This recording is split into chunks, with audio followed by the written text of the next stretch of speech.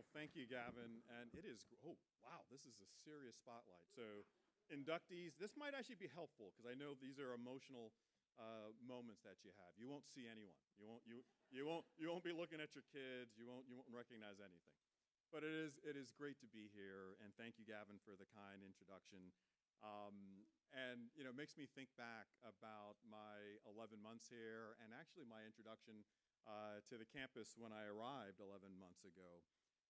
And I was warned that Trinity takes athletics, and I think the term that I heard frequently was seriously. And I'm a pretty big sports guy, big fan, big supporter, fifth school. You can go to any place I've ever worked. It is pretty clear that I believe in the student college experience and support it.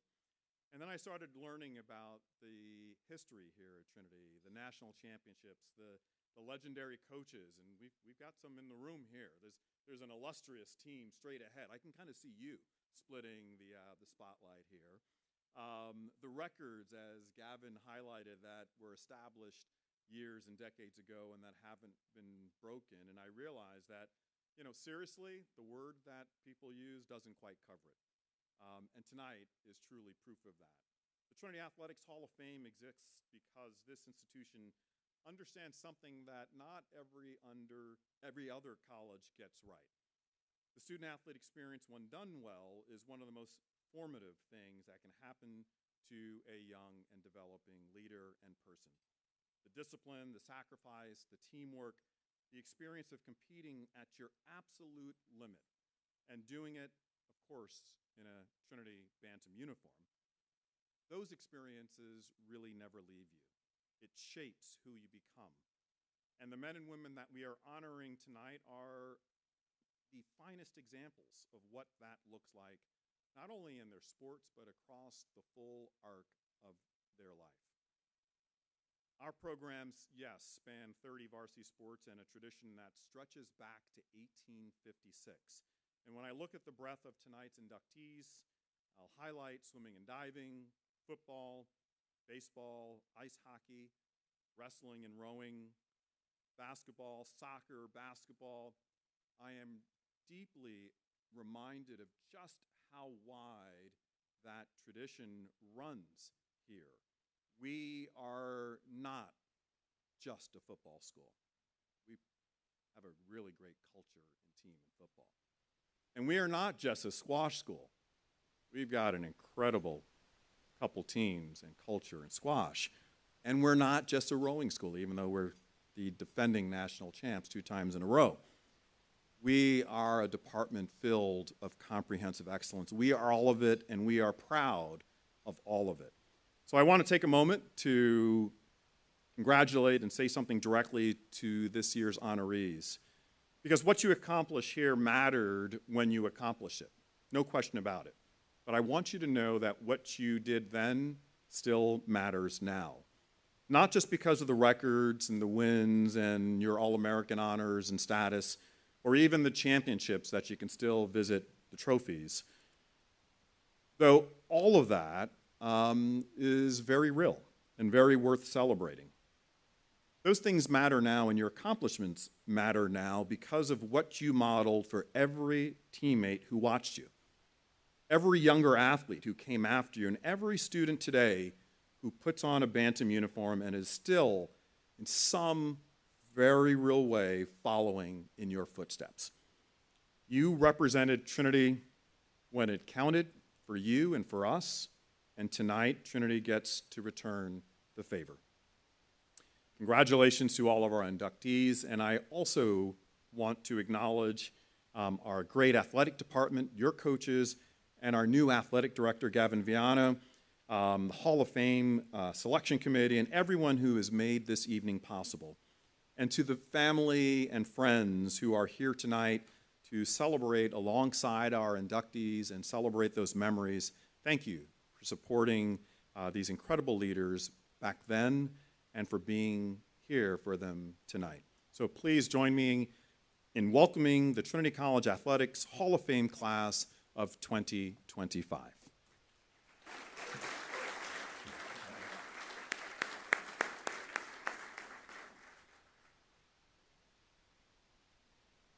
you, President Lugo. So first, we will be honoring tonight a member of the 2022 Hall of Fame class who has, until this moment, deferred. Kathy Ennis-Britton, class of '90, who starred in 3 sports, basketball, soccer, and softball, and was a champion in at least 2 of those sports. I believe it was actually the outdoor sports, soccer and softball. Kathy is not able to be with us tonight, but the good news is that she has deputized a Trinity legend. She asked Robin Shepard to share some of her remarks tonight to accept this award on her behalf. I'm not sure how to introduce Robin Shepard because if any of you have spent time around Robin, chances are you already know her. As a member of the Trinity College Hall of Fame class, of 2021, Robin devoted 25 years to Trinity as a head coach of both women's lacrosse and field hockey before serving as our associate AD for several years after.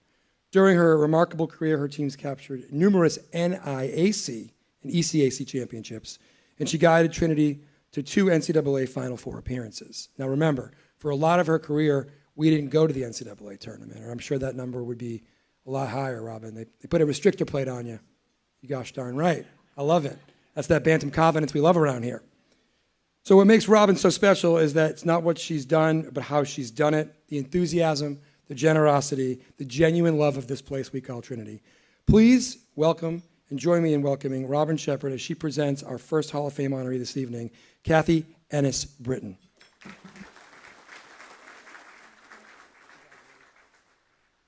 give you the award after. Hey. People were so looking forward not to hearing me at a Hall of Fame banquet. So I honestly have not seen Kathy Ennis in, 36 years. But we have kept in touch through text, email, and occasional little Facebook.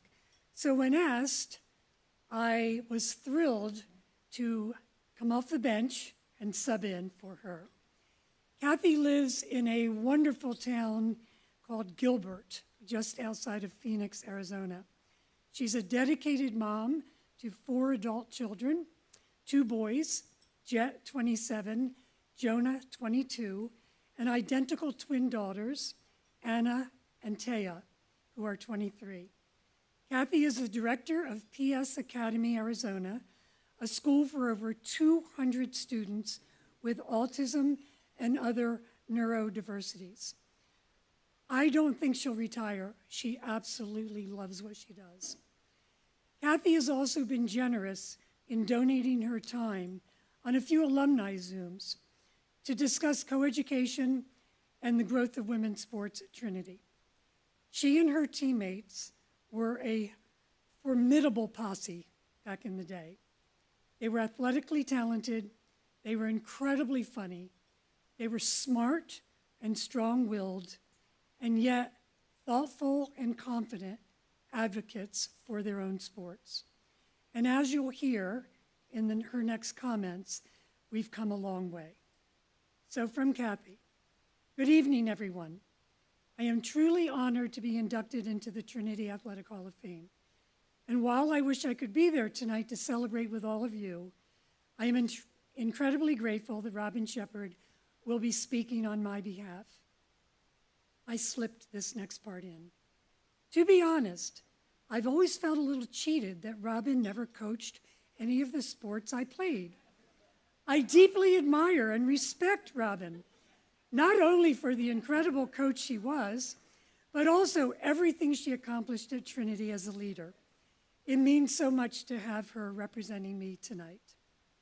My years at Trinity were some of the best years of my life, but also some of the most challenging. Playing soccer, basketball, and softball, student teaching in West Hartford and Rocky Hill, earning 12 varsity letters, serving as captain of all 3 teams my senior year, and receiving the Athlete and Scholar Athlete of the Year honors, the accomplishments I will always cherish. But what means more to me are the friendships and the memories that came along with those experiences. To Lisa Banks, Leanne LeBrun-Deneen, Karen Farquhar Packard, and Robin Silver Grace, I thank you. Thank you for the laughter, the support, and the lifelong friendships. We were brought together through the initiation traditions as freshmen, but through the wins and losses each season, the long practices, living in the dorms, we then became family. These bonds have lasted far beyond Trinity, and they remain one of the greatest gifts Trinity Athletics has ever given me. I added a little footnote here. When she mentions initiation traditions, she doesn't mean hazing. That was just fun stuff that we did. What memories we made. We spent our tanning time on the roof of Jackson Dorm. We rewarded ourselves with Dairy Queen blizzards before softball practice. We somehow survived 2- and 3-day basketball practices over Christmas break.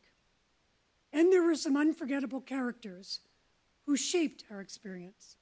Coach Karen Erlinson could always be counted on for one of those memorable moments. She would make us earn M&Ms by doing basketball drills correctly. And she once tried to send Lisa Banks into a basketball game with 40 seconds left, only to have Lisa politely decline to go in. I also think Coach Don Miller didn't quite know what to do with us because he was so used to coaching football and he was our softball coach. Coach Miller pushed us through softball conditioning with instructions such as run full speed, then run half speed, and then the legendary 7/8 speed. That still leaves many of us wondering what that was actually supposed to look like. And Mrs. Ruby, many of you remember her, faithfully handed out our practice and game uniforms, never hesitating to ask very loudly if someone that day was bloated and therefore needed a larger size. And then there was Coach Ralph. He led our stretches. If you know, you know. I don't know. Women's sports certainly were different back in the late 80s and early 90s. We relied on our Gen X selves much of the time to organize practices and even sometimes with coaching. As softball players, we were so determined to finally get new uniforms, we ended up picking them out ourselves and buying them ourselves. We organized our own spring training trip to Myrtle Beach, and what an adventure that was on our own. We probably spent more time on the dance floor at Crazy Zach's and tanning on the beach than we actually did on the softball field. In fact, I still remember Harvard's softball team rudely interrupting our tanning time when they decided that the sand on the beach was the perfect place for them to conduct sliding practice. But along with these funny memories, the truth is that we worked incredibly hard in every sport we played. That hard work proved to be successful. We pushed ourselves, we pushed each other, and we stuck together. We celebrated the good times as a team, and when things were tough, we lifted each other up. That, more than anything, made those seasons so meaningful. And what I remember most when I look back is the commitment that we had. We weren't just showing up for practices and games. We were balancing academics, student teaching, jobs on and off campus, and the demands of oftentimes 2 and 3 seasons of competition. We learned discipline, accountability, and perseverance. We ran the extra sprint. We stayed for the extra drill. We played through some hurt and injuries, and we held each other to high standards because we wanted to be the best teammates we could possibly be. We may not have had all the resources current athletes have today, but we never let that define us. We were determined, we were competitive, and we were proud to represent Trinity College. The success we achieved came from countless hours of work that no one ever saw, and I am especially proud that we achieved it together. So thank you to Trinity College, my coaches, my friends, my family, for this incredible honor. I am deeply grateful, and I am proud to forever be part of this community. And finally, another thank you to my teammates. The season records, the awards, and the successes are wonderful, but it truly is the laughter, the friendships, and the memories that have stood the test of time, and they are what I treasure the most. Thank you again, Kathy Ennis Britton, proud Bantam, class of 1990. Oh, thank you. Oh, okay. Me too? Yeah.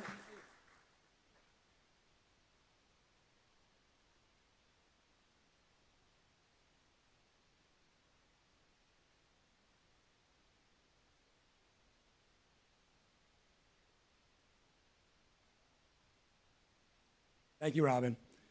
All right, so our first inductee for this year's 2025 class, from the class of 1971, is Dave Kiarsis. Dave was a member of both our track and football teams, and in 1970, Dave led the nation in rushing and earned Kodak All-American status, averaging 171.8 yards per game. Let's turn to the video screen to learn more about Dave's storied career as a Bantam.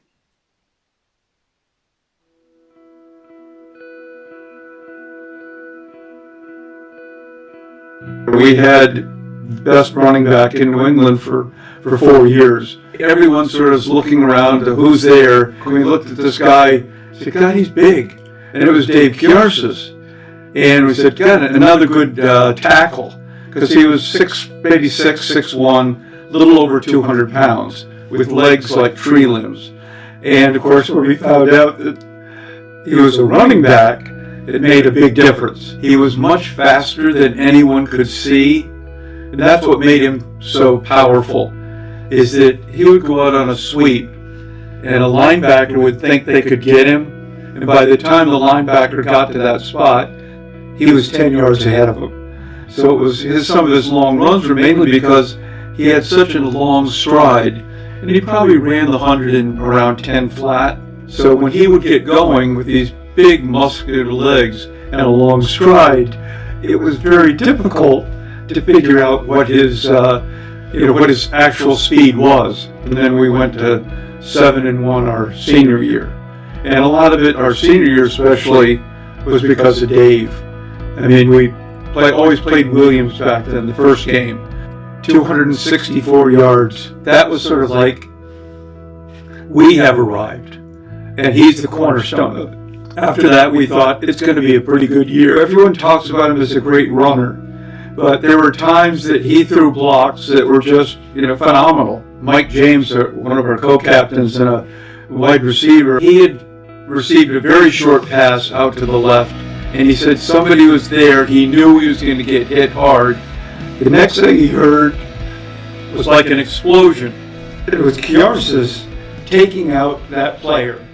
He said, hit him in the legs and just, threw him, several yards. And of course, Mike went in for the touchdown. What he always wanted to do, he would, talk to Coach Miller about it. And Coach had him do it a few times, is hold up and throw a pass. He very rarely took time out. In other words, even after a long run, he'd never take himself out of the game, so he was always in the huddle. There's an old saying that the older I get, the better I was. And everyone's heard those. We've laughed about that and said,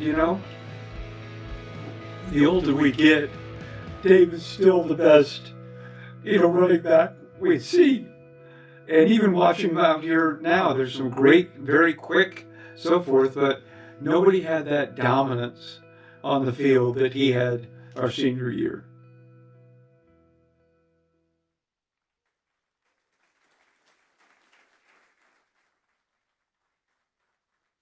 Dave is unable to be here tonight, but accepting on his behalf is his son, David Kiarsis Jr.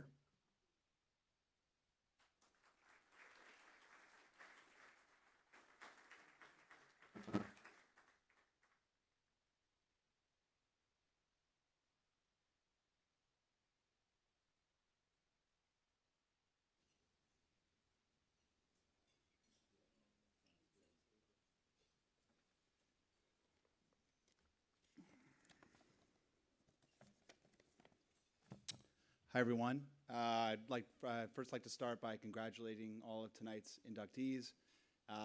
it must be an extremely gratifying night. It's one thing to play college sports at any level.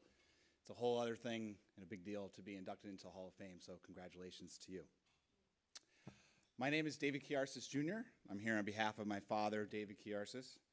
He's disappointed he was unable to attend this event in person, but he's obviously touched by the honor he's receiving tonight. I'd guess having his son here, who also played football at Trinity, to accept that honor is a close second to being here on his own. Y'all have to settle for me, just as athletic, only without the college stats to back it up. While my dad's career is being honored here tonight, he ran for just under 3,000 yards in 3 seasons and held the school's career rushing record for 40 years. I want to focus on his senior season. His All-American 1970 season was singled out in the Hall of Fame press release because he averaged 171.8 yards per game on his way to 1,374 yards, which both remain single-season program records. Now, my first 2 jobs out of college were with a local newspaper and ESPN, so safe to say I'm a big headline and stats guy. I can't think of a better way to relive his best season than through the history as it was told at the time. Going back through some old newspaper clippings, I found the following notable headlines. Kiarsis boosts Trinity over Williams. Dad runs for 252 in Trinity's first season opening win over Williams in 7 years, breaking his previously held single-game rushing record. Kiarsis rushing to a record. With 380 yards through 2 games, Dad was already on record watch. O.J. Simpson's name was referenced in this article. My dad was quoted in this article praising his offensive line. That won't be the last time I relay that sentiment from my father tonight. With the quote, "With the kind of holes I had to run through, Captain Ahab would have had a good day." Kiarsis sets record in Trinity win. Dad runs for 113 in victory over Colby, breaking the school's 15-year record for career rushing yards. Trinity smashes Amherst. Dad runs for 200 in Trinity's first win over Amherst in 8 years. It was Don Miller's first win over Amherst since he became head coach. Dave Kiarsis scores touchdown as Trinity wins. Dad runs for 269, breaking his own single-game rushing record for the second time and becoming the first Bantam to rush for 1,000 yards in a season. A midweek headline leading up to the season finale against Wesleyan read, Kiarsis, record. Trinity wins 24-14. Kiarsis sets mark. Dad runs for 118 to break the New England single-season rushing record. There were countless sentences and headlines throughout his scrapbook that praised him as more than just a runner. Dave Sample ruined this for me, but his former teammates have told me stories leading up to tonight of blocks that sprung touchdowns, the desire to throw a double pass. I saw at least 1 passing touchdown for him in a box score from that 1970 season. And this is a funny tidbit, because when I was a freshman in high school, he actually tried to teach me to pass and turn me into a QB. That didn't take. And his larger-than-life stature. When the team gathered together for the first time, many of his teammates thought he was an offensive lineman.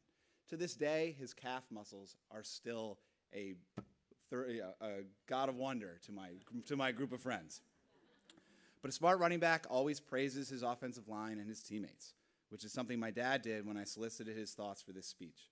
He relayed, "You should make a comment about all the other guys on the team and how their grit and their perseverance on the field gave me the opportunity to do the things that I did." Football is the ultimate team game, and the impact playing the sport can have on you and a person is immeasurable. Lessons learned playing the sport have shaped my father's life, how he lives his life, and how he supported his family, and what kind of father he is to his 3 children. I know this because the sport has done the same for me. When you're young, you don't always understand why your parents do what they do. You don't have the full picture. But now that I have a family of my own, I get it. Words can't describe the level of gratitude and appreciation I have for both of my parents, and being here on behalf of my father to accept this recognition is a moment I'll never forget. I can't think of a person who deserves this type of recognition more than he does. I'm sure it comes as no surprise that football brought us closer together. Like the newspaper clippings he kept of his career, he made me a highlight tape of my senior year in high school, which was my personal 1970 season, if you will. It's one of my most cherished possessions, something I'm always asking new friends, "Hey, you want to watch my highlight tape?"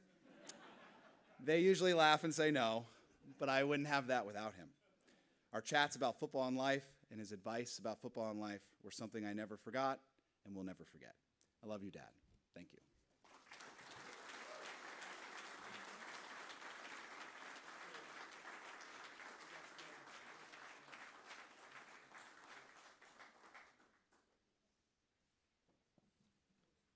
All right, our next inductee, Sally Thayer, women's soccer, class of 1992. Sally started for Trinity Soccer from 1988 to 1991 and is still the program's all-time leading scorer with goals scored at 36 and all-time leader in points with 89. Please turn to the screen to learn more about Sally's excellence.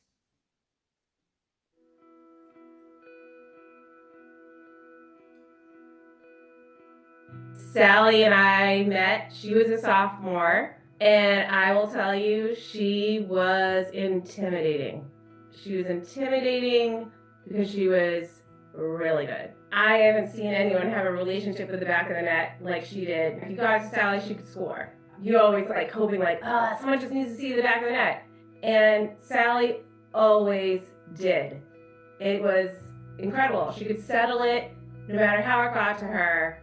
And it was honestly like magic. There are people who catch the ball like a glove.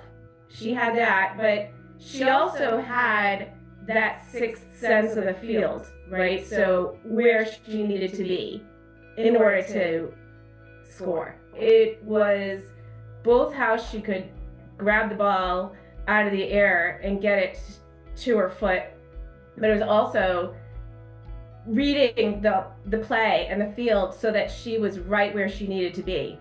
She was fast, but she was also efficient, right? So she was quick and she was efficient and she knew exactly what to do and where to be. You know how there are people who are like, oh, I had a bad day today. Or God, I couldn't get it together on the field. And that was literally never the case with her. It was never the case. She didn't have a bad day.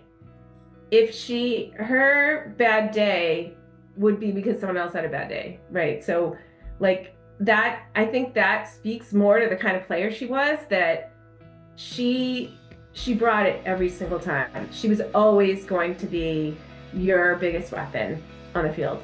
She's actually quite humble.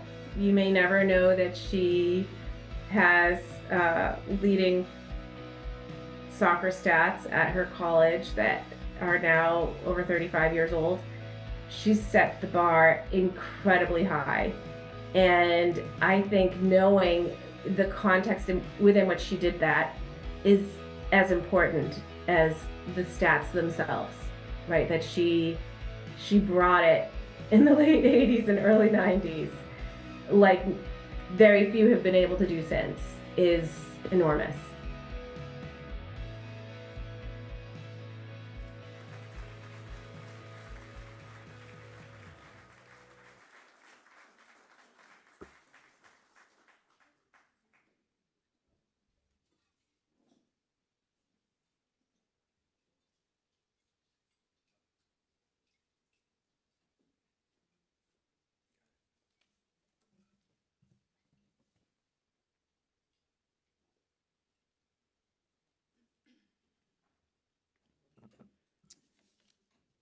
Right? You can't see anybody. This is great.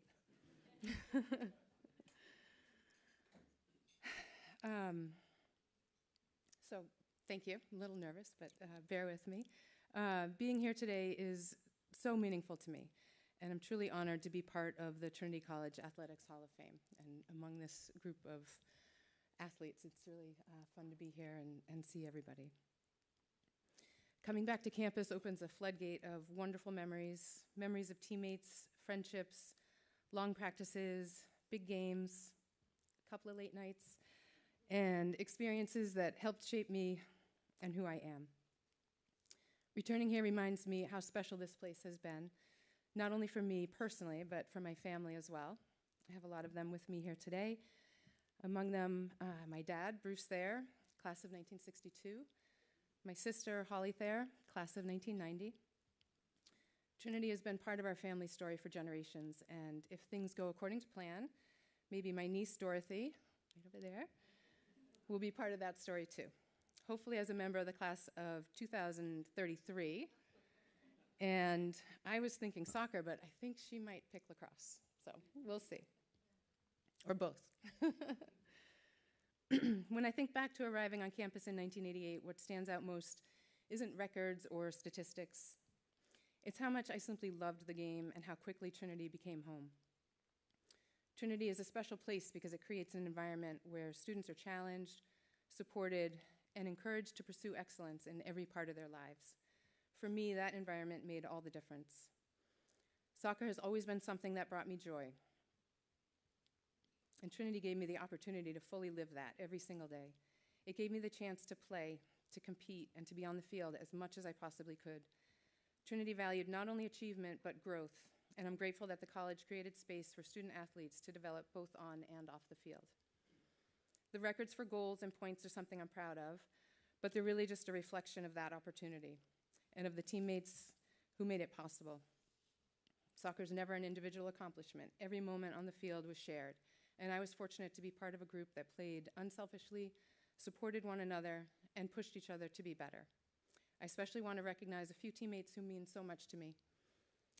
Julie Franklin, who just spoke wonderfully, class of 1993. Kelly Tomlinson, class of 1994, and Ellie Maldonado, class of 1994. What we built together goes far beyond soccer. The friendships we formed during those years have lasted a lifetime, and to this day, they are still my closest friends. And I'm so grateful we shared that experience together. What Trinity also gave me, and what has stayed with me far beyond my playing days, was discipline. It forced me to learn how to prioritize, how to manage my time, and how to stay committed even when things felt overwhelming. Those lessons have carried on in every part of my life. The habits built during those years, showing up, being prepared, staying disciplined, have been as valuable as anything that happened on the field. Trinity's commitment to developing well-rounded students helped shape those habits and prepared me for challenges far beyond college athletics. To my coaches, Maureen Pine and Chet McPhee, thank you for giving me the opportunity to play, to grow, and to love the game even more. Your guidance, belief, and commitment had a lasting impact on me. And most importantly, to my parents, thank you doesn't feel like enough. You traveled near and far to be at my games. You're here today, supporting me in every possible way and believing in me through every moment. Your sacrifices, encouragement, and unwavering support created opportunities for me that shaped not only the player I became, but the person I am today. It's incredibly meaningful to join the generations of athletes who have represented Trinity with pride and to continue carrying that connection long after graduation. Trinity has remained a part of who I am, and I'm proud to always be part of this community. This honor means a great deal to me, and I accept it with appreciation for everyone who is part of my journey. Thank you.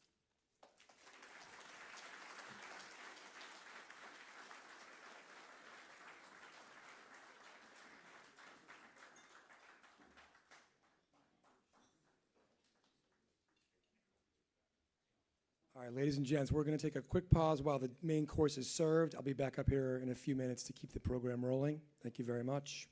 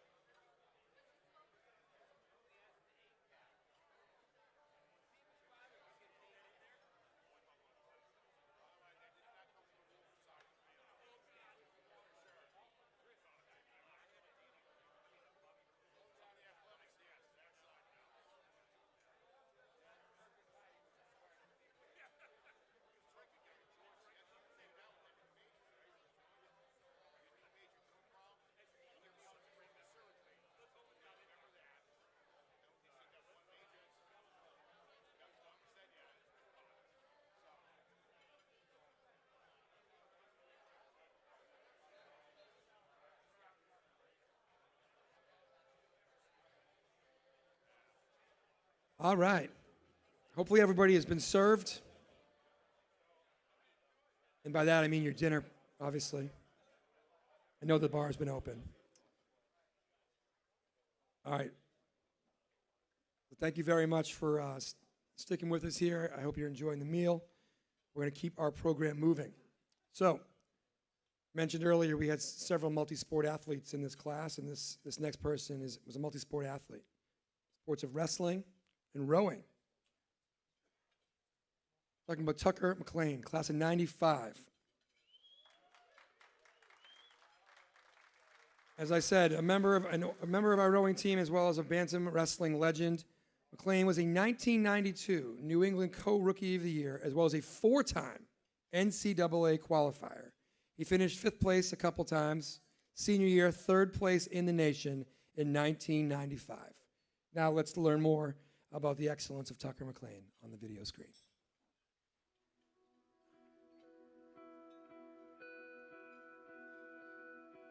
I give him the credit to put Trinity on the map as a wrestling program because, he became a 3-time All-American for us here, and, we were going to the Nationals every year and coming back with an All-American. So he gets credit for really putting Trinity Wrestling on the map. Back then in 1992, Tucker was kind of like a scrawny, skinny kind of guy, freshman, not a big hulking guy. He looked more like a choir boy. With blonde, blue eyes and blonde floppy hair in his face, very, very deceiving and, not very intimidating, put it that way. So I think when most wrestlers saw him across the mat, they were not intimidated and they thought they would win. But what they didn't know about Tucker was, how much grit and toughness and that will to win that he had. Every once in a while you look in somebody's eyes and you see like a little weakness. I never saw that in Tucker's eyes. Because Tucker had a switch like I've never seen before in any wrestler. When he was in real competition, he'd say to me, he goes, "Don't worry about it, coach. It's not going to happen to me in a real match." And so freshman year, first 2 tournaments, we go to Roger Williams. He pins everybody, wins that tournament. Then he goes to Springfield College tournament, he wins that tournament. And that's when we realized, oh my God, he's a real deal. Even when you thought you had him, he keep fighting through the position, and then next thing you know, he's high-legging over and he's thrown to your back. We're in a Springfield College tournament. It's called the Doug Parker tournament. He's wrestling this guy from Harvard. And Tucker's just beating him up. He's just absolutely beating him up. And he's winning by 10, 12 points. Now, 10 seconds left, he's running a half Nelson like his life depended on it, like he is losing. And I remember, I say, Tucker, he comes off the mat, I said, Tucker, you got 10 seconds left. You're running that half to try to turn him as hard as you can. He goes, I can't help it. I got to try to pin him. And that's what made him great. Senior year, he's ranked, all year long, 2nd, 3rd in the country. He's seeded in the national tournament, 2nd in the country. He ended up losing 2-1s and embarrassed. He comes over to me and he says, "I embarrassed you, embarrassed Trinity College. I don't want to wrestle anymore, blah, blah, blah." I'm like, Tucker, you're already 2-time All-American, please. So all I asked him, and I said to him, I said, just win the next match, Tucker. Let's just win the next one. Let's just see what happens. He wins the next match. How do you feel? And he goes, I'm back. I said, okay. And Tucker ended up winning. It was still close, 4-0, but he dominated the match. And then he said to me later, what started off as maybe the worst tournament he's ever wrestled, to saying that it was the best tournament he's ever wrestled, and he was pretty happy. Tucker did tell me one day, and I thought, what was tougher, rowing or wrestling? And he'd say that he thought crew and rowing was tougher because you couldn't stop. He says in wrestling, you can get a takedown and end up on top and wrestle a little bit. But that's the difference, where Tucker just never quit. Never quit.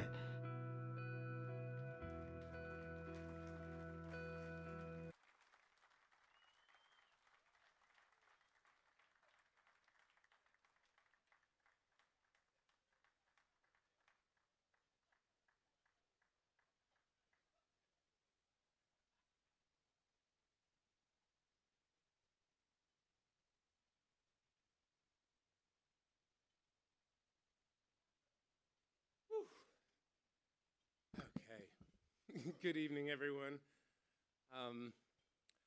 I apologize for being a little under or oddly dressed. We had a bit of a travel snafu coming in here, and I may have forgotten all of my stuff, like literally everything. I'm here for the whole weekend, and I have exactly what I'm wearing.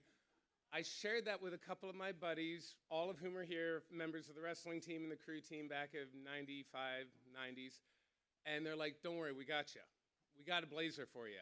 And I showed up and was like, all right, that's my blazer. This is Trinity. So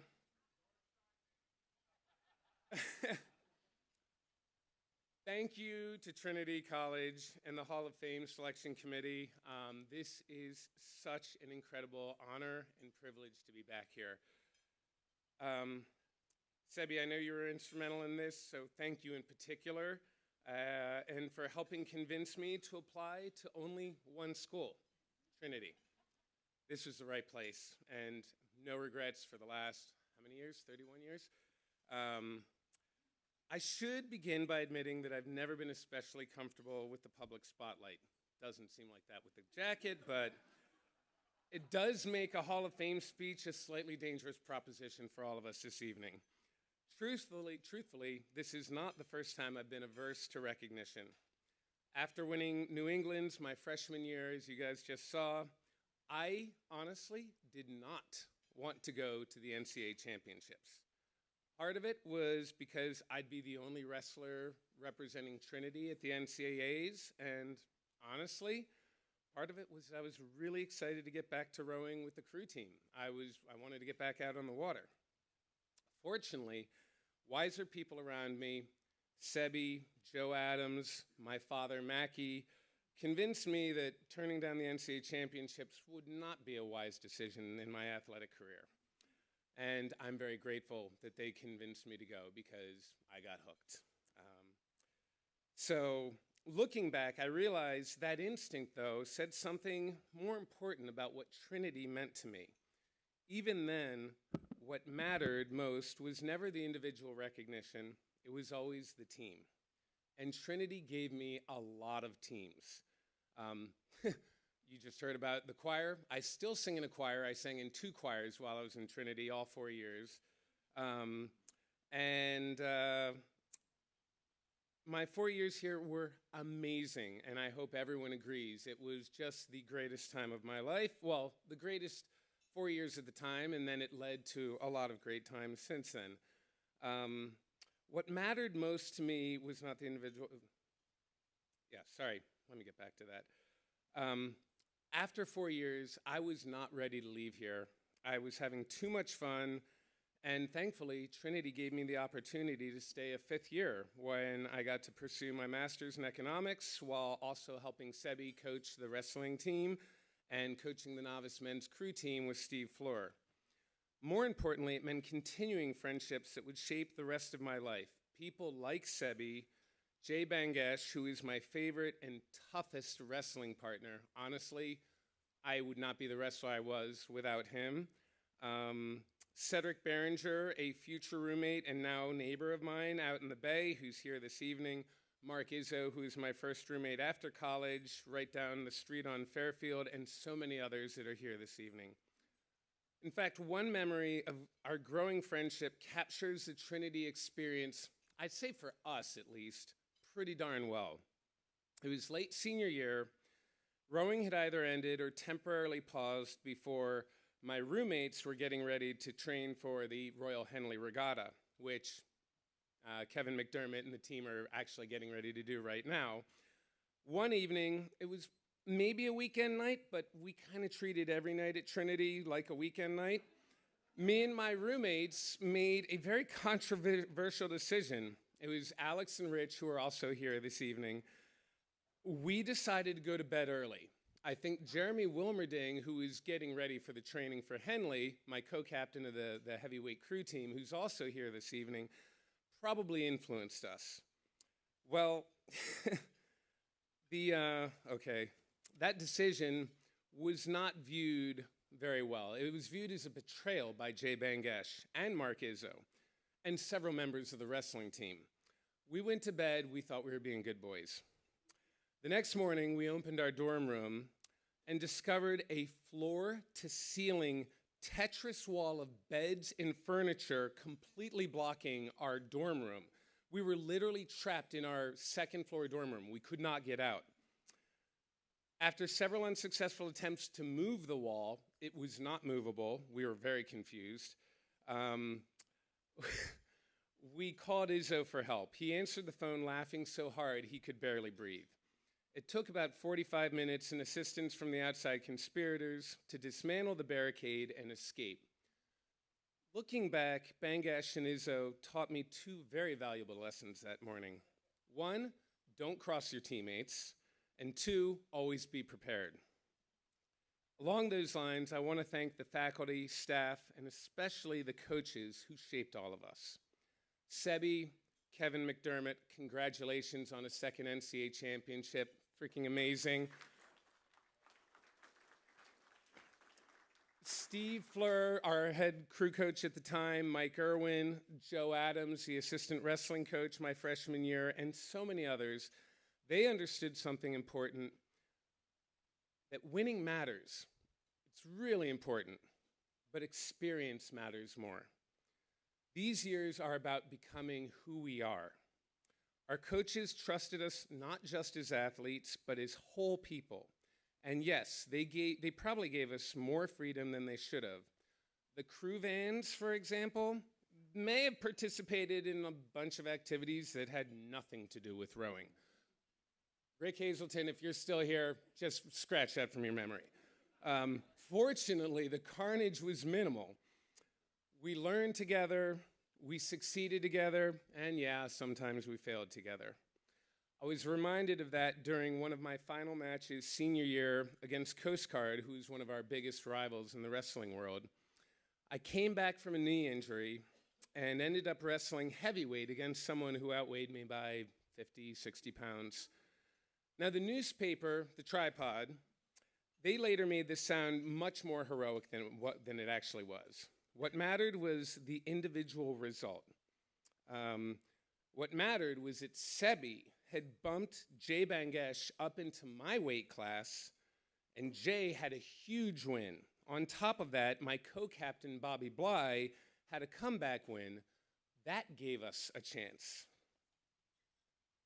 That victory belonged to the team long before it belonged to me. Looking back, Trinity also taught me something else. Goals matter, but they don't always arrive in the form we expect. During my junior year, for the first time, with Sebi's support, my dad, Mackie, I admitted to myself that I wanted to be a national champion. I worked for it. I worked hard. Well, aside from my friends distracting me a little bit, I dreamed about it, and I never quite got there. But life has a funny way of surprising us. My older daughter, Audrey, who is here with us this evening, this last fall, as a junior herself at Middlebury, won a national title in cross country.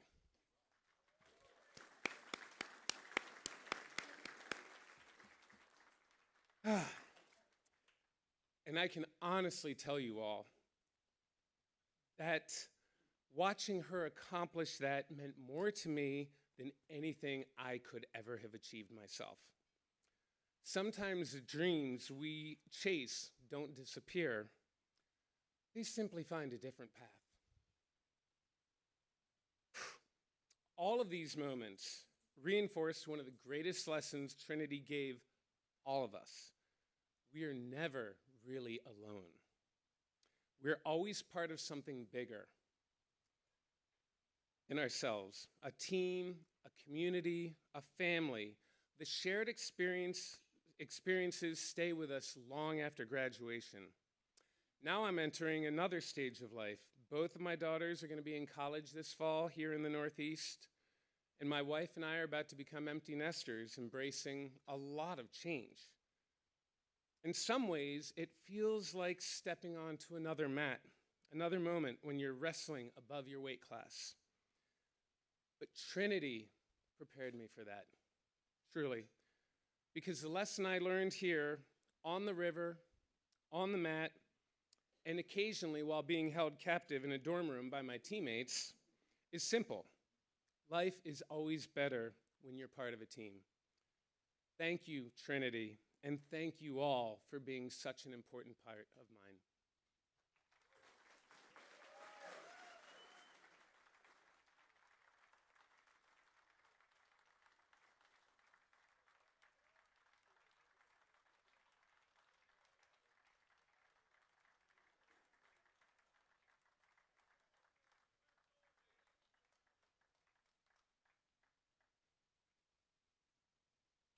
Our next inductee, class of 2009, baseball, Sean Colleen.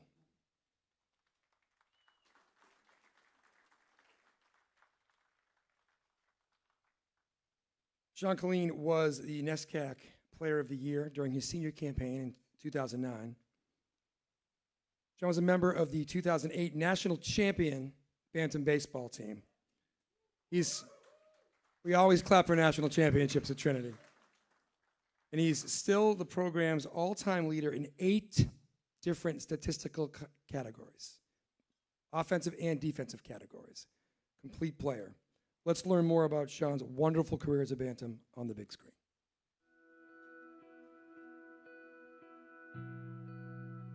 Sean and I are from the same hometown of Greenfield, Massachusetts. So, all I heard was, yeah, you got to look at this kid, Sean Colleen.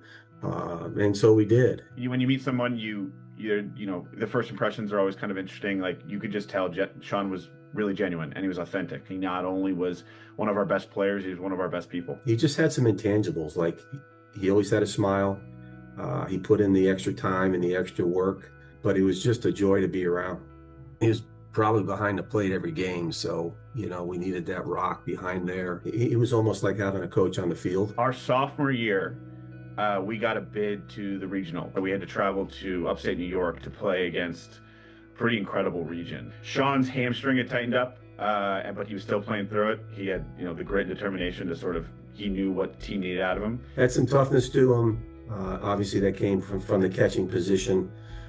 Had some leadership qualities. He was, his hamstrings tightened up. He's on first base. He's trying to, he's gotten on first base. He's trying to make it happen. He steals second, and he gets there, and he gets up, and then he either gets thrown out or somehow he's involved in sort of the final out of the inning. And one of our coaches kind of got in his face, like, what are you doing? What's going on? And he goes, I'm busting my ass for this team. It wasn't confrontational, right? It was just, this guy is leaving it out there. And although that wasn't, that didn't lead to a rally. There was no storybook ending there. We lost that game. It's the fact that he knew he wasn't going to leave any door unopened. Every stone was going to be turned over. He was going to leave it out there on the field. And I think that set a standard going into junior year. Physical change he went through between freshman and senior year was pretty incredible, and it had everything to do with work ethic. I mean, he was in the gym. He was doing morning lifts. He was doing evening lifts. He was eating the right stuff. He hit a mentality that, like, he knew what it took. Sean in his skull cap, for when he was as a catcher, he wrote 3 check boxes.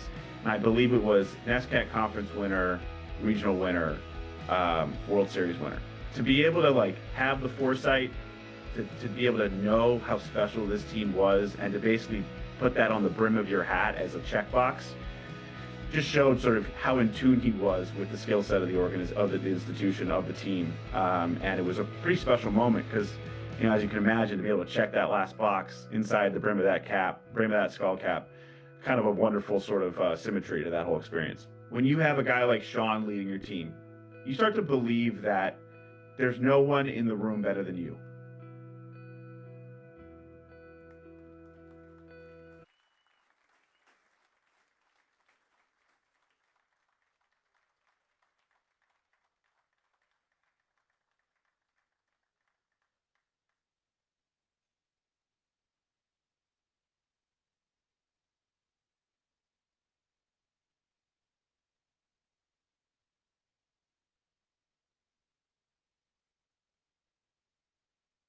Well, that was a pretty great mustache I had rocking. A little more gray in the beard these days. But hi everyone, and didn't realize I would get as emotional watching that video as I did. First, I want to thank Trinity College, the athletics department, and the Hall of Fame committee for this incredible honor. To be recognized alongside so many outstanding athletes and coaches is both humbling and deeply meaningful. I'm especially thankful for my family, friends, and former teammates and coaches who were able to make it out tonight. Thank you to my amazing wife, who I met in college. She was in one of those pictures, and is here with our 2-week-old over there, and is doing amazing.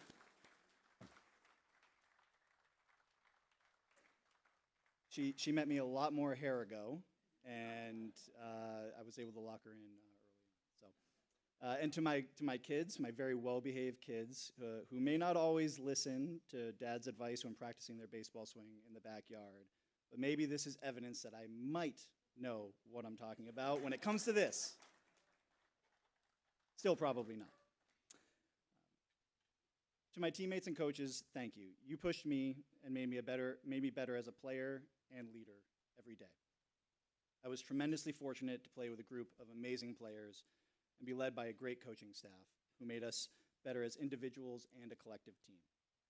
And put us in a position to compete for championships every year. An interesting anecdote, in 2008, that national championship year, I remember one of our assistant coaches, we were in a team meeting, and he takes a step back and he goes, something about this team. He goes, every good team has a certain dynamic, and there's certain groups that are kind of meld together better than others.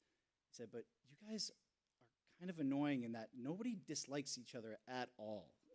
And it was funny because we had a group that was just so tight knit. We were on the field, off the field, in the dorms, around Mather Hall, eating. We just hung out together. We just wanted to be around each other. We just enjoyed each other's company. And I think that just speaks volumes to the kind of people we had, and ultimately, I think, was one of the reasons for our success that year.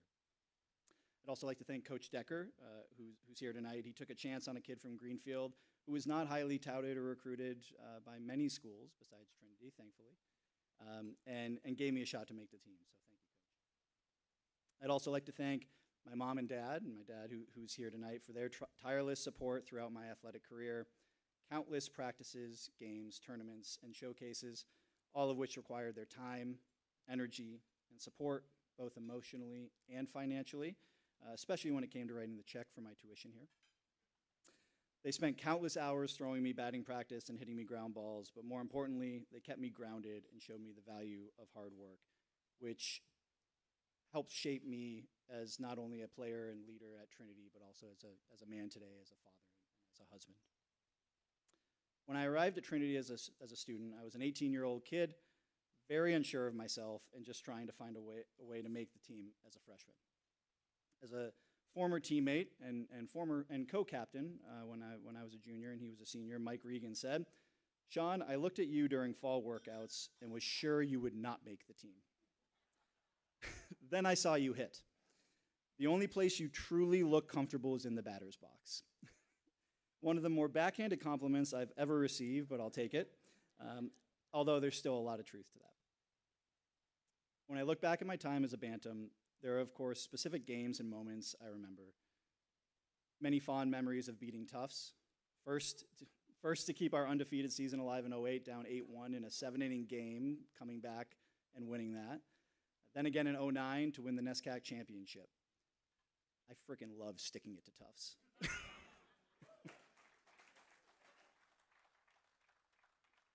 But what I also remember vividly are the moments off the field with my teammates. Early morning off-season workouts, hanging out with the guys on road trips, kangaroo court sessions at the baseball house. For anybody who's wondering what the hell is kangaroo court, if you're on the baseball team, you'll know, and if you want some stories, I'm happy to share them after a few more cocktails, but not right now. And I'll never forget the euphoria of winning the national championship in 2008. Storming the field after Guy Gagliatino's game-winning walk, which was the result of an exhilarating and exhausting 12-pitch at-bat. What I remember most was a celebration with my teammates, coaches, and our families afterward at the hotel. My mom, Jody, was battling colon cancer and going through treatment throughout the season, but she made the trip to Wisconsin to cheer us on. If you knew her, then you knew there was no way she would miss the World Series. It was the last college game she would see me play as she passed later that year. The following year, in 2009, we beat Tufts to win the NESCAC championship on Mother's Day of all days. I had probably one of the best games of my life and as a Bantam, hitting 2 home runs and the game-winning grand slam, and I know my mom was there for that one, and I know she gave me a little help because on my second home run, that thing must have scraped the back of the fence. It just barely got over. even though I performed an epic and completely premature bat flip and celebration. So I was... So, thank you, Mom. To close, playing baseball at Trinity was an experience of a lifetime.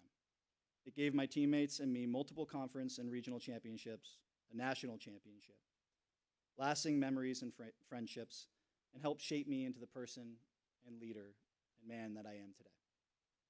That alone would have been more than enough reward and recognition. I'm extremely humbled and grateful to be recognized and receive this honor. Thank you.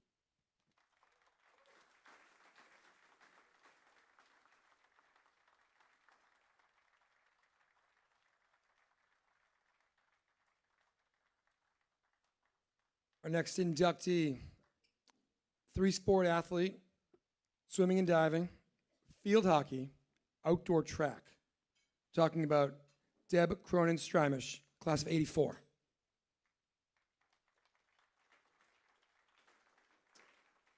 Deb starred in the pool for Trinity, including being twice named an All-American in the 100-yard breaststroke. Let's see more about Deb's career on the big screen.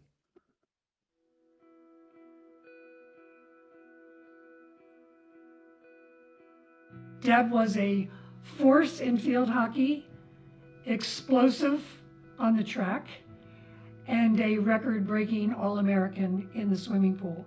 I remember Deb as being one of the most physically strong and well-prepared athletes to come to Trinity.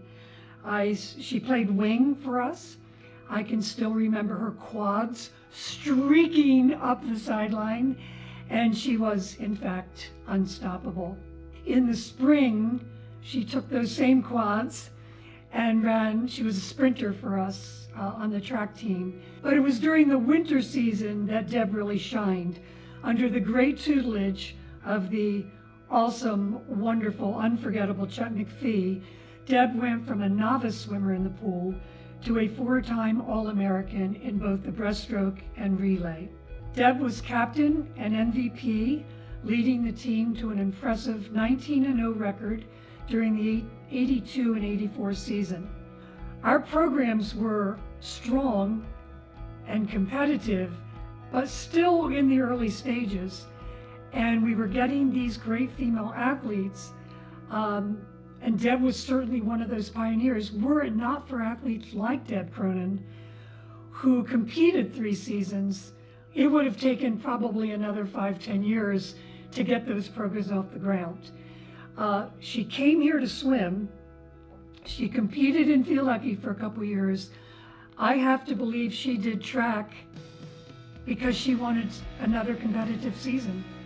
That's the kind of athlete she was. If Chet were speaking today instead of me, he would describe Deb as fierce, relentless, tough, and just as important, someone who laughed at all his corny jokes.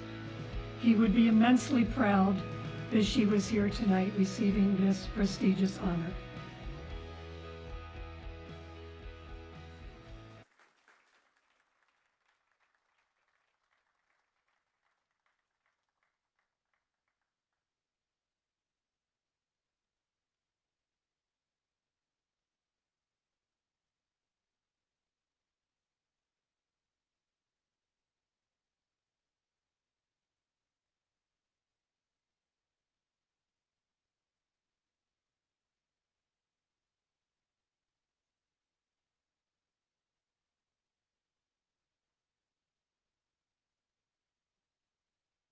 Thank you to the Hall of Fame Committee, Athletic Director, Gavin Viano, coaches, friends, family. A special thank you to Robin, who was my coach, standing in for Chet to deliver my introductory video. I am humbled and honored to be here. I've always been proud to be a Bantam. As everyone knows, there's a long legacy of excellence in Trinity Athletics, embedded in its coaches, its athletes, and its teams. This excellence has a way of being contagious. Over the decades, Here tonight, I've heard so many Trinity athletes share their similar messages of their transformational experiences on bantam teams, guided by exceptional coaches and mentors. I too am fortunate to have benefited from the Trinity legacy of excellence. I did not come to Trinity as an excellent swimmer, but under the guidance and coaching of my beloved coach, Chet McPhee, I grew into an accomplished swimmer, a better teammate, and a stronger person. I'm grateful to have been a beneficiary of not only his coaching expertise, but also of his profound kindness and his humanity. Chet was a mentor and a dear friend. I have the greatest respect for the way he motivated us through inspiration and led us with a gentle strength, always encouraging. Trinity Athletics sustained me for 4 years and helped mold me into the person I would become. My teams, my teammates, my coaches were an invaluable part of my college experience, and my swimming community was the absolute highlight of my 4 years as a bantam. Trinity Athletics, for me and for so many others across generations, bantam sports served as a training ground for life. It instilled in us the qualities we would carry off the fields, off the track, and out of the pool and put to task throughout our lives. The lessons I gleaned here as a bantam: courage, self-confidence, hard work, discipline, and perseverance are the exact traits that would later propel me as an international professional cyclist, an Olympic trials competitor, a business owner, a mom, and even now, my latest sport, an avid yet struggling club tennis player. But I don't want to just stand here tonight and blow smoke, so I want to share a story of my experience in Trinity Athletics and what it meant to me. Like all the very best mentors, teachers, and coaches, Chet taught through example, through his own actions and his commitment to us. My path to achievement in the pool was unique, I know. I had little competitive swimming background before Trinity. I had never swum in AAU or USA Swimming. I was certainly not a recruit. I walked onto Chet's top-notch program that was open to all as a mediocre swimmer who had 1 year of high school swim team under her belt. I had no idea nor any confidence in my potential. Simply, the team sounded fun, and my parents encouraged me to join. Freshman year was a shocker. We had a strong and experienced team with some rock star recruits. We swam what seemed to me to be an incredible number of laps every day. Head in the pool. It was early 1980s. There was no pumped-in music, no earphones, just the lines at the bottom of the pool. My eyes were constantly red. I smelled like chlorine 24/7. My bleached-out hair froze from the time I walked from Ferris to Mather. Things could have gone much differently for me if Chet had been a different kind of a coach. I was truly lucky I made it through that first year, still on the team. When I failed to return to campus with the rest of the team for the mandatory January training session. Here's how it went down. Chet had a daunting swim team tradition called 100 hundreds, which capped off a week of grueling double sessions during the holiday break. The sheer idea of 100 hundreds terrified me from the moment I first heard of that dreaded event. And for those not familiar with swimming, I'll provide a quick primer. 100 yards is 4 laps of the pool. We were expected to do that 100-yard repeat 100 times on a strict timed interval. That's 400 laps of the pool on timed intervals, no stops. Without much of a swimming background, I had never heard of such an overwhelming workout, and nor could I imagine myself being able to do this. So I did what any logical, terrified freshman with an undeveloped frontal cortex might do. I just didn't show up. But thankfully, it turned out that what I did not do was far less important than what Chet, my coach, did do. It was exemplary of the kind of coach he was. One of the traits that made Chet such a remarkable coach was that he truly, deeply cared about his swimmers, and you knew it without question. He cared about our personal growth just as much as our success in the pool. And rather than punish me or cut me from the team, he embraced me. He listened to my fear, he showed me kindness, and he met me with empathy. He simply told me, "You'll do it next year." His actions gave me space, and his belief gave me belief. My freshman year 100-100's failure to thrive was not my proudest moment, but it proved to be a memorable one and a valuable one that taught me everything about the true meaning of commitment and its importance. Chet could have given up on me, but he did not. Rather, he showed me what he expected of me. Chet simply modeled the same commitment to me that he expected from me.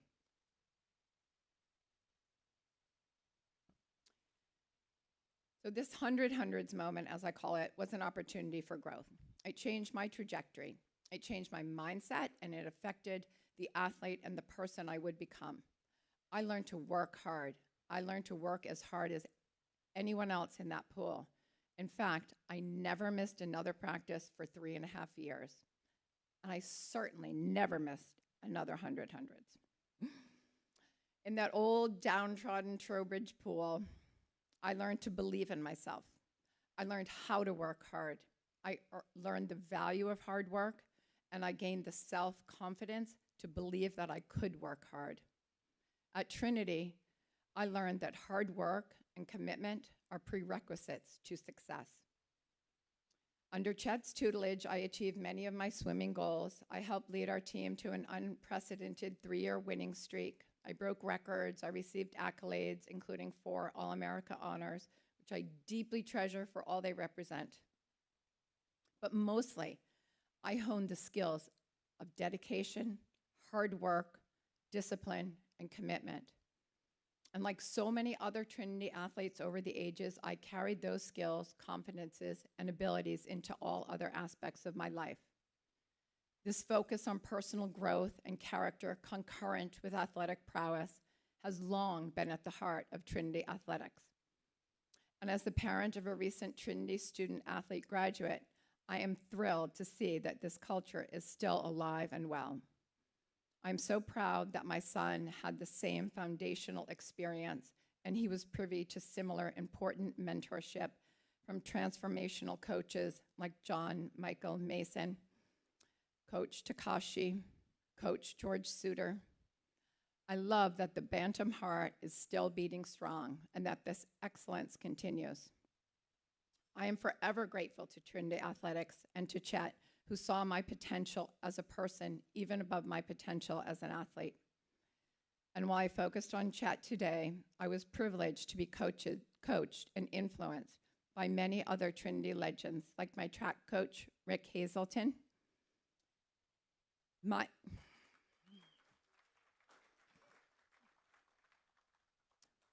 field hockey and swimming coach, Robin Shepard,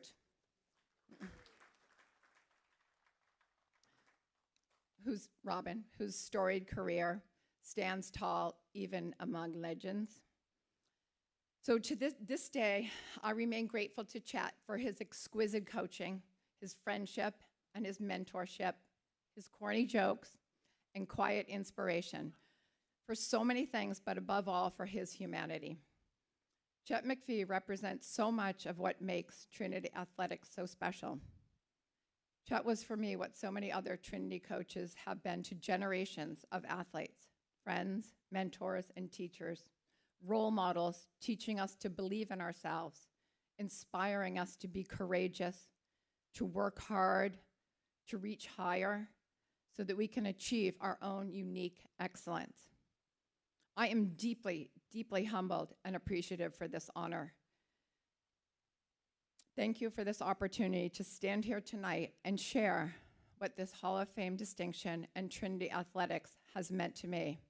And this one's for you too, Chet. Go Bants!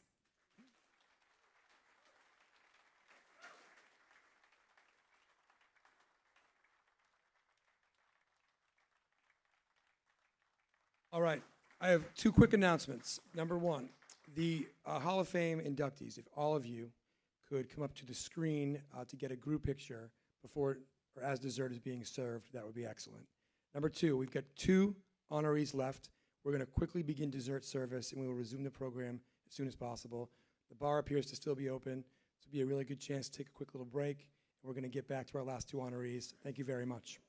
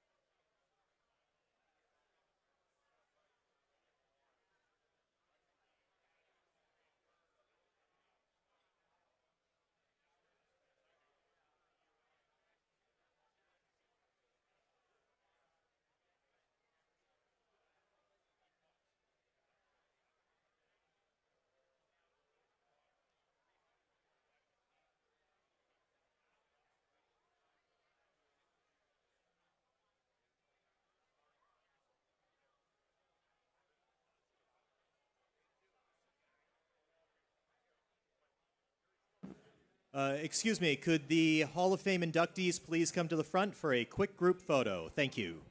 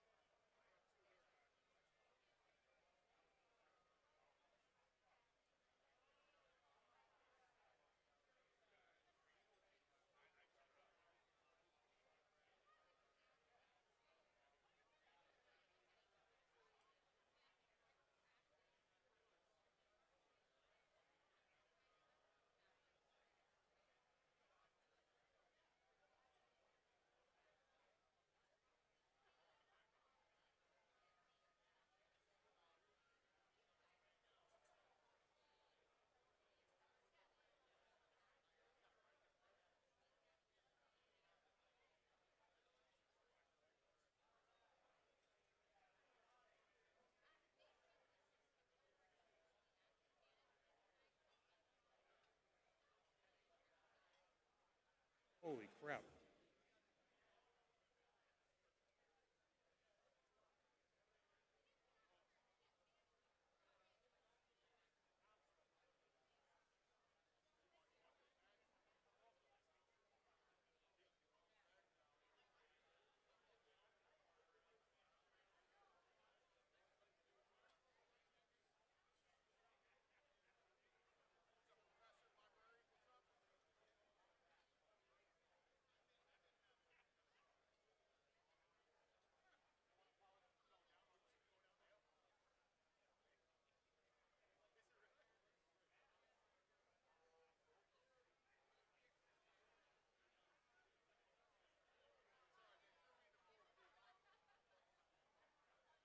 All right, ladies and gents, we are going to resume the program in about 60 seconds.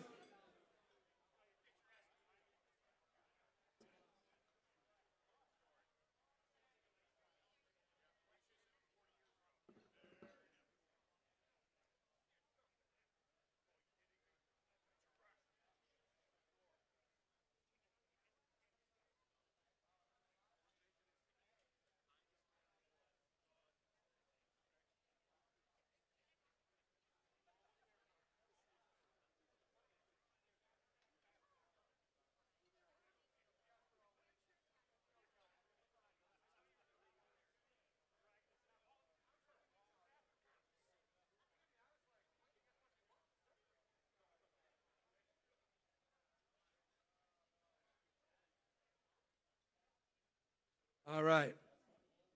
I don't know this for a fact, but we'll probably leave the bar open after we finish so everybody can get one more for the road. And by the way, wherever you're going next, if it's on campus, there will be one more for the road. All right, as I said earlier, we've got 2 honorees left, and I really appreciate everybody being here to help honor everybody. It's been an incredible night already. With that said, from the class of 2005, Doug Casilius, hockey, goaltender. Doug was a 2-time All-American goaltender for our Trinity Bantams. His defensive prowess led Trinity to consecutive appearances in the NESCAC championship game, including the 2003 NESCAC Hockey Championship. Let's learn more about his dominant defensive presence on the video screen.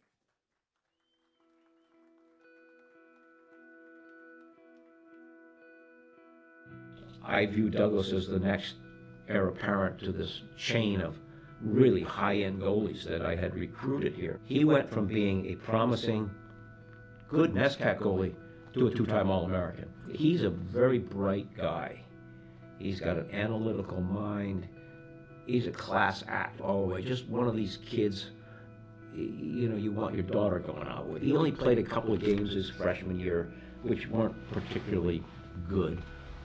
Sophomore year, it was his job, and he was doing okay. He was improving. We were on a road trip up in New Hampshire to St. A's and New England College, and after the warm-ups at St. A's, the trainer comes up to me and says, Doug says he sprained his ankle in a rut in the crease in warm-ups and he doesn't think he can play. I tell the trainer, tape him up, and I just tell him, stand on your feet, which I've been telling him all along, but he wouldn't do it. And so he did, because he didn't want to feel the discomfort. And he won the first game 7-1, and he played really well. You could see the mobility was there. He's now, instead of dropping straight down into the shot, now he's skating into the shot. So he's getting his body behind it. Next day we went into New England College. We won 1-0 on a third period goal. He made 53 saves, played like a pro goalie, was unbelievable. Probably the best, in my 37 years coaching here, probably the best individual goaltending game I've ever been around. Then his confidence grew, his life changed. It's unbelievable. When all this transpired, this weekend up in St. A's and New England College, I called him in and I said, you're no longer a Dougie. You are Douglas. Even better, you are Sir Douglas. You are the man. All of a sudden, he developed that winning attitude and that flair that big-time goalies have to have. It's like being a pitcher. Same mentality. If you don't go out there and think you're the man, you're going to get lit up. He developed the confidence, self-confidence and belief in himself and his abilities to know he was the man. He played on a very even keel. He's a very even keel type of guy, and that means a lot to his teammates. It means this guy's, we can rely on this guy. He doesn't have ups and downs and bad nights and just what are we going to get from this guy today? They knew they were going to get a good performance because that's how he prepared and just what his personality was.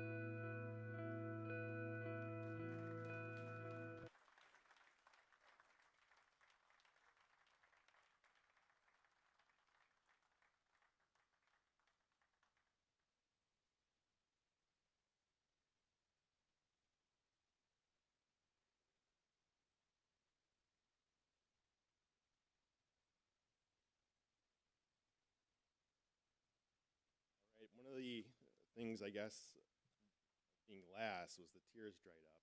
But after that, they're back. I think I get that from you, Dad. But, all right. Hi, everyone. Thank you to the Hall of Fame Committee, Trinity College, for making this evening possible. And congratulations to my fellow inductees. It is a true honor to share this night with you. Some great messages and themes from all of you. When I found out I was being inducted, I went home and told my wife, Lindsay, who, by the way, is also a Trinity alum, apparently, you married a legend.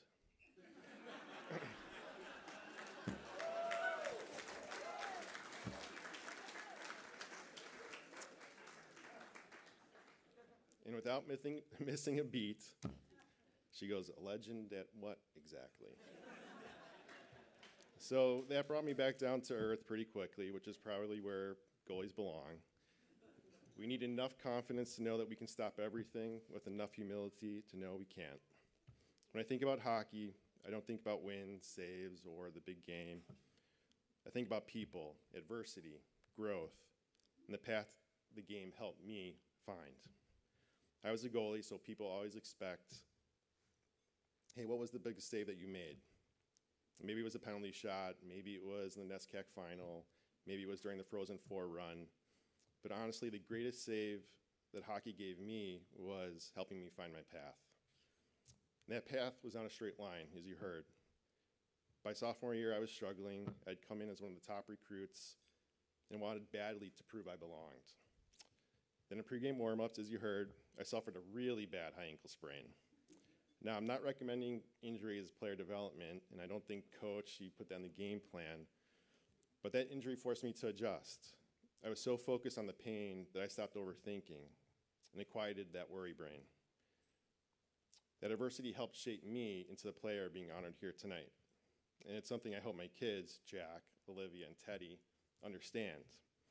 The biggest hurdle isn't the opponent, the moment, or the pressure. It's your own self-doubt, your own overthinking. Life always won't come easy. What matters is how you respond. As FDR once said, a smooth sea never made a skilled sailor. What helped me rebuild my confidence was skating at home with my dad, my brother, and my dad's men's league hockey team. Coach Dunham probably doesn't know this, but all 4 years I seemed to start the season slowly. Every November, December, I'm sure he was wondering whether to start recruiting a new goalie. Then I'd go home over the holidays, skate at 10 o'clock on a Friday night with a bunch of 50 and 60-year-olds after they'd had a full work week, no less, and come back to campus a completely different goalie. There may be no better confidence booster than being 19 years old and stopping everything, no matter how easy. Those guys had no idea they were part of the development plan, but they were. And getting to share that time with my dad, my brother, made it even more special. Coach T, thank you for believing in me and for everything you built at Trinity. You probably wanted to say my greatest save was the NESCAC final against Middlebury, but one of the greatest saves you ever made for me was telling me after freshman year that pre-med may not be the right path, which was your polite way of telling me, helping me out so I didn't flunk out. And you were right. That advice helped me be honest with myself, find my footing, and ultimately find my path. That is great coaching. Coach, you did that for a lot of us. Thank you. I also want to thank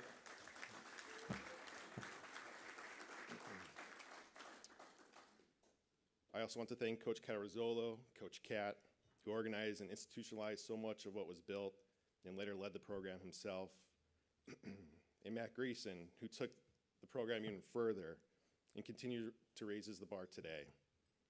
I still remember practice with those two, Matt lighting me up top glove, Coach Cat going 5-hole, Coach D having to step in, shut them down before they destroyed what was left of my confidence. I also have to thank my parents, who taught me to work hard, to be honest, to have thick skin, to persevere, and to keep becoming the best version of myself. They made sacrifices so I could chase this dream. And as a parent now, I understand those sacrifices far more than I did then. Mom and Dad, thank you. And that brings me to my teammates. The games I am most proud of weren't the ones where everything was going my way, when you're in the zone. I'm sure a lot of you know that feeling. But the ones I'm most proud of were the ones where I was not on my A game. But my teammates knew I'd kept battling. And maybe there was one save in those games, not the prettiest, not the highlight reel, but the one that helped us win. And that is what being on a team is all about, as Coach D, you said. Knowing that on nights when you're not at your best, the people around you still believe in you and doing everything you can to earn that belief. To my teammates, captains, roommates, including Joe Ori, who was with me from youth hockey outside of Chicago, to prep school outside of Philadelphia, to Trinity, thank you for making Trinity feel like home.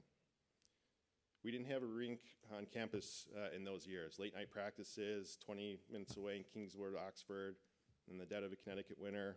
It wasn't glamorous, but it bonded us. The bus rides, the road trips, Thanksgivings at the Hathaways, every guy in that locker room had a hand in my success. I owe much to them. That is what made us a team. That is what made us a family. And what those teams accomplished, I will always be proud of. From 2001 to 2005, we took the torch from the classes before us and carried it further than anyone had before, winning the NESCAC championship, reaching the NCAA tournament, making it to the Frozen Four. Trinity hockey is more than 4 years. It's a family and a culture that stays with you. And none of it happens without the donors who back this program. You know who you are. Thank you for making all this possible. And finally, one of the best things Trinity gave me was the path that led to my own family. Lindsay and I knew each other all 4 years, but started dating my senior year, although I don't think Coach D liked the idea of his senior goalie having distractions. But Coach, it worked out. We went 21-4. We went to the national semifinal. And she's been holding me accountable ever since. She's really just been an extension of the coaching staff. Lindsay, thank you for supporting me and making sure I don't get too impressed with myself. And maybe after tonight, the kids will finally listen to me. To wrap up here, Herb Brooks, the coach of the 1980 Miracle on Ice team, once said, "Great moments are born from great opportunities." Hockey gave me so many great opportunities to compete, to fail, to grow, to find my path, to become the better version of myself. It was a privilege to play at a school like Trinity, and I'm truly honored to be part of this group here tonight and those that came before us. To my parents, my coaches, my teammates, Lindsay, my kids, thank you. I'm truly grateful and truly honored to be a Bantam. Go Bants.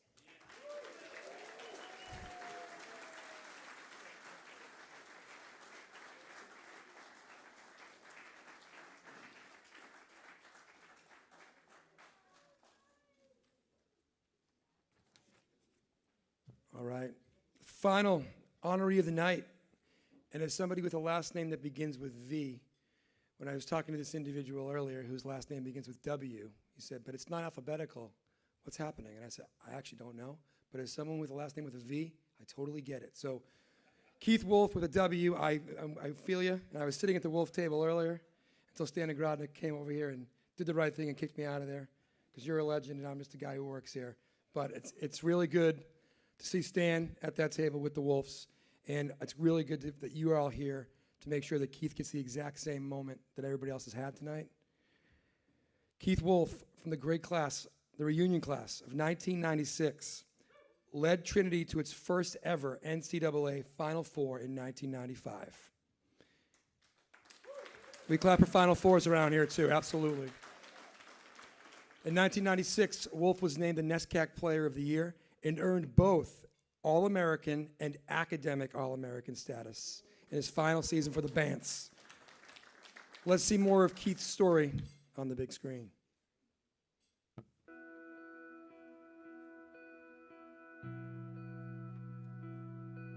I'm sure he will say right now that one of the great decisions he made in his life was to transfer before his sophomore year from Williams College to Trinity. He saw the light and reversed some earlier mistakes and ended up with an incredible career here at Trinity. When he came in, he had to figure out a way to integrate into new school, new team, new teammates, which can be challenging, right? But I think, again, right from the beginning, people could see he had exceptional talent. He had a seriousness, a purpose, and he gained everyone's respect really quickly. He was known to be a great shooter. What made him really, really good was he had such a quick release. He also could create daylight for himself. He used screens very well. I think as time went on, he honed that so that he was a scorer.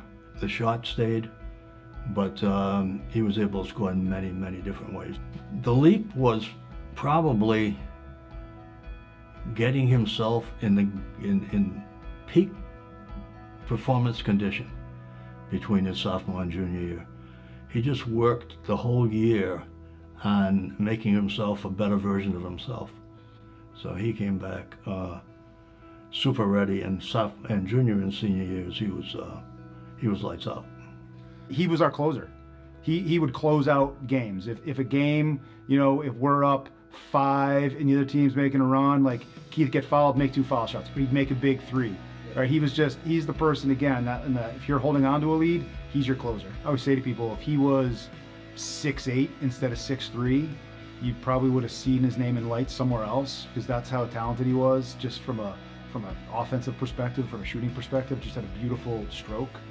But beyond just his talent, he was just incredibly disciplined. That's the one thing that, to me, was his calling card, how disciplined he was. When you're 21 years old, at least when I think about myself at 21 years old, I did not have the discipline. He had the discipline when it came to school and sports and managing his time and allocating his time and resources. When you just think of what he did in 3 years, not only from just the performance and his statistics, but taking Trinity to its first Final Four. He brought a lot of honor to himself and to Trinity, and I'm very proud of everything he's accomplished and very proud of him.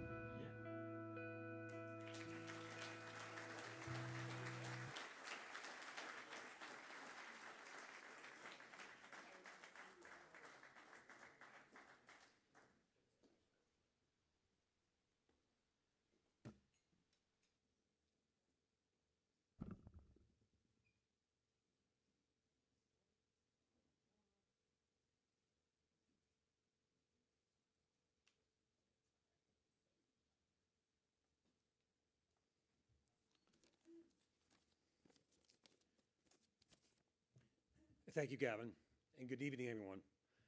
Now, I realize there are no more trophies up here. I am the last one.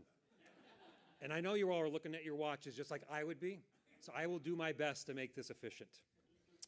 I'd first like to thank Coach O'Grognick and Chris Callio for taking the time to participate in that video. I appreciate the kind words. Now, Mr. Callio, we've known each other a long time. This is our 30th reunion. I was a little unsure of what you might say in that video. You did behave, so thank you. The one thing I'll say, though, is I'm a little disappointed you didn't spend more time on my career assist. And for those of you who might have missed that, that was singular. Needless to say, I am not up here because of my passing skills. I'd like to congratulate all the other inductees. It is a true honor to be in this class with you, and I loved hearing all the stories tonight. Thank you to Trinity College and the nominating committee for this induction. It has given me a chance to reflect on my 3 years at Trinity. As Coach O'Grognick mentioned, I was a transfer. The Wolves tend to be a little slow to figure things out. I went to the school up in somewhere in Massachusetts. We won't really name it, although he already did. But as a transfer, Coach Ogrotnik was amazing and giving me an opportunity to not only be a part of the team right away, but to be a contributor. And I thank you for that. My first year, that starting five was as talented a starting five as I had ever seen at the Division III level. From player to player, everyone could shoot and do a lot of different things. We go down to the first tournament at Swarthmore, and we lose both games. Now, for anyone that doesn't know me, I am the ultimate competitor, and I hate losing. So here we are on the bus ride home. It's a 5 or 6 hour ride, whatever it is, and we're sitting there at 0-2, and I'm saying, so what the hell is going on? Well, very quickly, the team starts to gel, and we win 16 games in a row. We're back at the top of the New England, and that first year had some great memories. One memory does stick out because it involves some of my family. My brother brought it up tonight, thinking I didn't remember, but little did he know it was part of my speech. So we're playing a tournament earlier in the year at Wheaton College, talking about Wheaton, as Gavin was there. And we're playing Wheaton in the finals. Game is tied, and there's only a short time left in the game, and coach calls my number. As I'm trying to make my move to get open, the defender hits the ball in my hands. Knowing there's only a few seconds left, I grab the ball, I turn and shoot all in one motion. As I look up, the ball thankfully goes through the net as the buzzer goes off, and the first thing I do is turn to the stands and I point to my father and my brother who were there, and it was a great moment for me to share with them. And really the first time I felt like I was part of the great Trinity basketball tradition. The next year, 94-95, we really had a dream season. We set a record at that time with 24 wins. We were the top team in the NESCAC, and we are named one of the first or the top seeds in the NCAA tournament. Now, as someone mentioned before, back then, it had only been a few years since we could go to the NCAA tournament because the NESCAC schools didn't let us do that. So for us, this was a true honor because we were the first Trinity team to do so. We win the first round pretty convincingly, and then we need overtime to make it to the Sweet 16, where we play the #1 team in the country, Franklin and Marshall. The game before us, which was in the Trinity gym, was, believe it or not, Williams against Wilkes. As we're waiting in the room just above the gym, in the meeting room, as that game goes into overtime, we're anxious to get out there. All of a sudden, we hear an amazing thing. Our fans are starting to chant, "Let's go Bantams," as the other teams are playing. To this day, I get chills thinking about that moment and the support our fans showed us.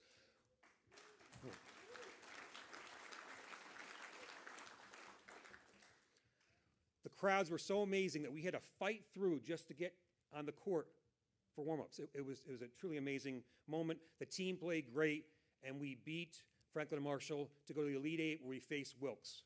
We basically didn't have a lead the entire game. Later in the game, Dane Aiken, who was Superman at times on the court and freakishly athletic, steals a ball and passes it up to me for a fast break hoop. As I go to lay it up, my dad and I were joking about this, I almost miss it. I look back as I'm going around the hoop, and I see the ball rolling around, which felt like about 15 seconds. Thank God it went in. I would have never lived that one down.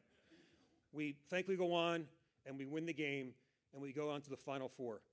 For me personally, the fact that we were the first Trinity team and the first NESCAC men's basketball team to ever make the Final Four is my single greatest accomplishment in my career and what I'm most proud of.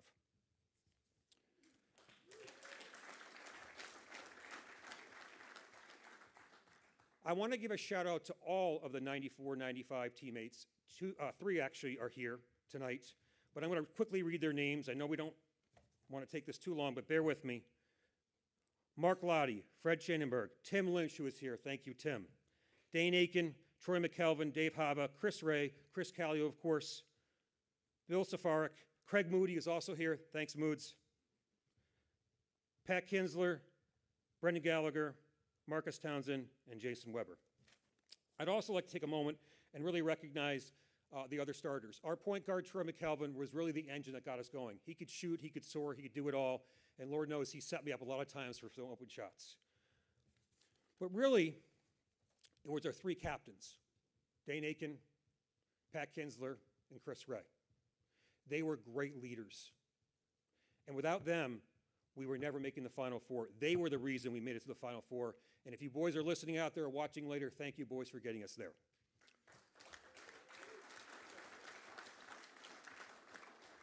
I have so many people I would love to thank. Obviously, time is short, so I want to get right to it. All my teammates over the 3 years, you are truly friends for life. Thank you for the great memories. Athletic Director Rick Hazelton, wonderful to see you here tonight. Thank you for your support of our team and for myself over the years. You were great with us. The Assistant Sports Information Director, which might sound like an odd one, Al Carbone was a classmate of ours. He did such a great job of advocating for us. And Al, I hope you get to see this. Thank you for all your support. To the trainers, unfortunately, they spent a lot of time with me. When you're a Wolf, you tend to have a lot of injuries. So Joe and the others, thanks for always taking care of me, getting me back on the court. Coach James Cosgrove, where are you, Cos? There you go. The current men's basketball coach. He said to me on several occasions that our team helped lay the foundation for the program to reach the level it has. And oh, by the way, for those that don't know, they've reached 3 straight Final Fours and a national championship.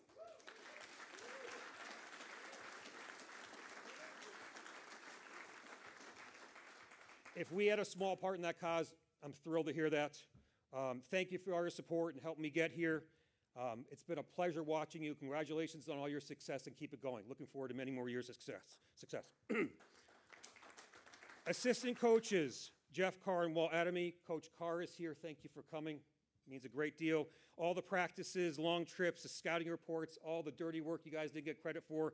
We weren't going anywhere without having you. A lot of fun memories for sure. Coach O'Grotnick. Tamik OG. I owe you so much. You allowed me to not only transfer, play right away, but work through my mistakes. You were truly a player's coach. I consider you a wonderful friend, and I am thrilled that we continue to stay in touch. I am up here because of you. Thank you, OG.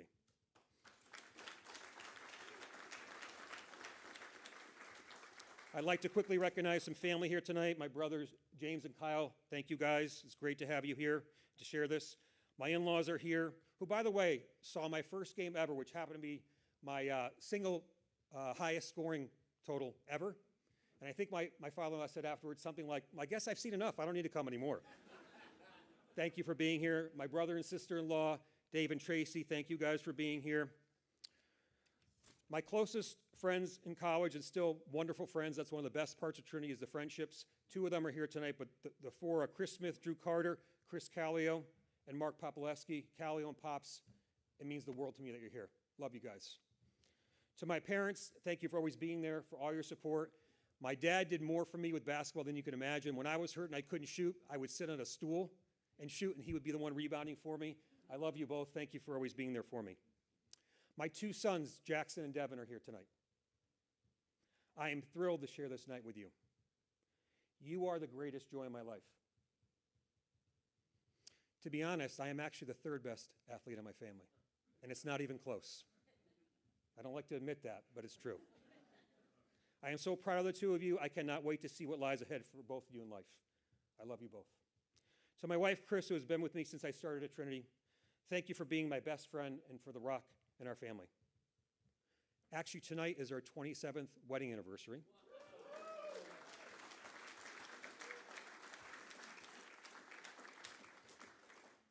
Not only that, we got married at Trinity College.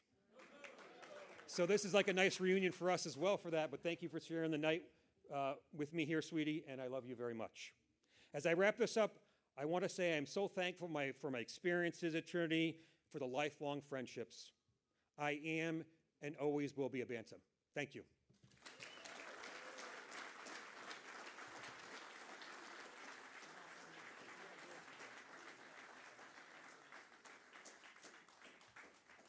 Thank you, Keith. Thank you to all of our inductees, and thank you to all of you for being here. I think just a quick couple of things to say as we end the night together. You know, like many in this room, I've been around college athletics for my entire adult life, and I've been involved with Hall of Fames at 5 different institutions. This is my 6th. And most of us who choose to be around college athletics as a career, we weren't Hall of Fame players ourselves, myself included, certainly. But what keeps us here is the hope that every night, every season, we can witness something incredible maybe be a small part of somebody else's something special. Every one of our inductees here tonight gave hope to dozens of teammates, classmates, coaches, staffers, and alumni during your careers. You helped others feel the magic of sport, and you put in countless hours while nobody was watching to rise to that level of accomplishment. Thank you for all you've done to make this great college proud and for making Trinity the home of your Hall of Fame careers. One more time, let's hear it for our inductees 2025.